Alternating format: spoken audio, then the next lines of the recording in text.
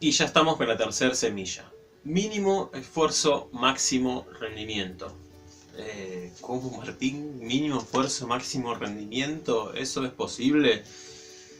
Y sí, sí, sí, la verdad que sí. Estamos aprendiendo permacultura, es otro paradigma. Hablamos de crecimiento, ¿no? Estamos hablando de un menor consumo, de un montón de cosas, de cuidar la naturaleza. Y la verdad es que sí, necesitamos un mínimo esfuerzo para lograr un máximo rendimiento.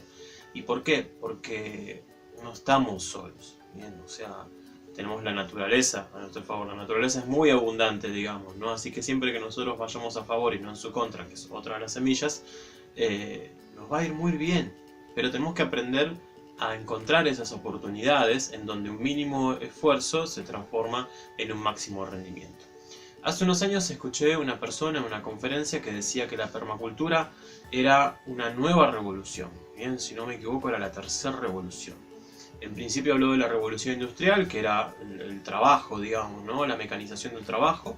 Después apareció como la revolución energética, que es el petróleo, los combustibles fósiles, cuando de repente vos con un litro de nafta podés hacer lo que a veces ni siquiera en una semana de forma manual podés hacer, digamos, ¿no? Y por último aparece la permacultura, o sea, entre un escenario de descenso energético donde ya la energía, digamos, los combustibles cada vez van a empezar a escasear más o están siendo más costosos, digamos, es necesario aplicar más diseño, bien, prestarle más atención a un montón de detalles. Por ejemplo, en una casa poder hacer las modificaciones, o sea, conectarla al sol, por ejemplo, ¿no? A la electricidad, para gastar menos electricidad durante el invierno, ¿no? Utilizando el sol para calefaccionarla.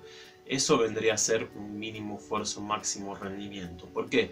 Porque vamos a estar trabajando menos, bien, para tener que pagar menos facturas, y la casa va a estar confortable y va a ser ecológica, bien, o sea que es un máximo rendimiento.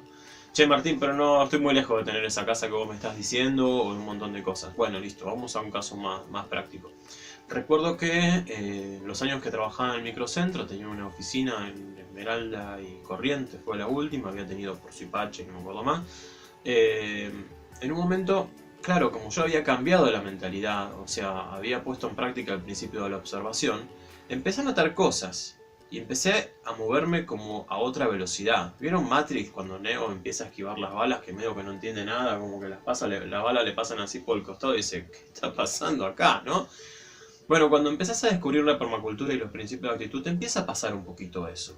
Y cosas que antes no prestabas atención, le empezás a prestar atención. Y recuerdo que escuché una vocecita por el altavoz del subte y también unos papeles impresos que decía que si viajaba de tal hora a tal hora, o de tal hora a tal hora, y a la tarde de tal hora a tal hora, o de tal hora a tal hora, iba a viajar mejor, más cómodo, iba a llegar más rápido. Y claro, ¿cómo iba a poder hacer eso yo, no? En un momento donde no estaba muy abierta a las posibilidades laborales de decir, no, sí, vení un poquito más tarde, no pasa nada. Ahora está un poco más flexible, pero en su momento capaz que no era tan. Y llegó un punto que yo era mi propio jefe, tenía unos socios y me autoexigía esos horarios, ¿no? A las 9 estar ahí en la oficina, ta. Bueno, empecé a dar cuenta que no hacía falta, ¿no? Y llegaba a veces un poquito más temprano, a veces un poquito más tarde a la oficina, pero llegaba de mejor humor, con más energía, no me había peleado con nadie, era otra historia. Y a la vuelta lo mismo, o sea, llegaba a mi casa. A veces me quedaba más tiempo, un ratito más en la oficina, no sé, 40 minutos, y la diferencia de viaje eran 20 nada más. Claro, porque estaba todo tan trabado en hora pico que va muy lento todo, pero después se descomprime, ¿no? Entonces, con un mínimo esfuerzo mío, que fue, ok, o sea, un poquito antes me levanto, no sé, escucho los pajaritos a la mañana, o adelanto un poquitito de trabajo y me voy antes, o me quedo planificando el día de mañana, que me va a ahorrar tiempo durante el día, entonces ya me hago la agenda y voy.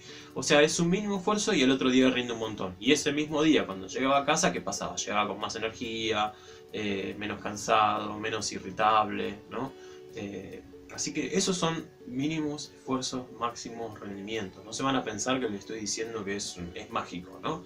Pero tiene que ver un poco con eso, encontrarle la vuelta, pensar un poco distinto, es salir del cuadrado, esta caja a veces que tenemos en la cabeza de que las cosas tienen que ser de una manera, ¿no? Ya lo vimos en el principio de observación, por ejemplo, al menos conmigo.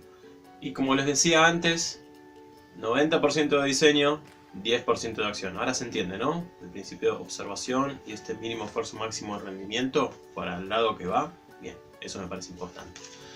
Y el reto del día de esta semillita es que se animen, ¿no?, a pensar qué pequeño cambio podrían hacer en su rutina, ¿bien?, o en estas horitas que tienen por delante, que a ustedes les daría un beneficio que al menos para ustedes es importante, porque esa es otra, o sea, esto se trata de cualitativo, no de cuantitativo, no podemos medir las cosas siempre en cantidad, a veces las cosas hay que medirlas en calidad. Entonces yo digo, si hago un pequeño esfuercito hoy, en vez de hacer un gran esfuerzo que hago siempre, ¿bien?, ¿qué gran beneficio puedo obtener, ¿no?, al inmediato, el día de mañana o la semana que viene? Les dejo ahí la creatividad. Puede que no sea fácil, pero anímense a realizarlo. Hasta la semillita que viene.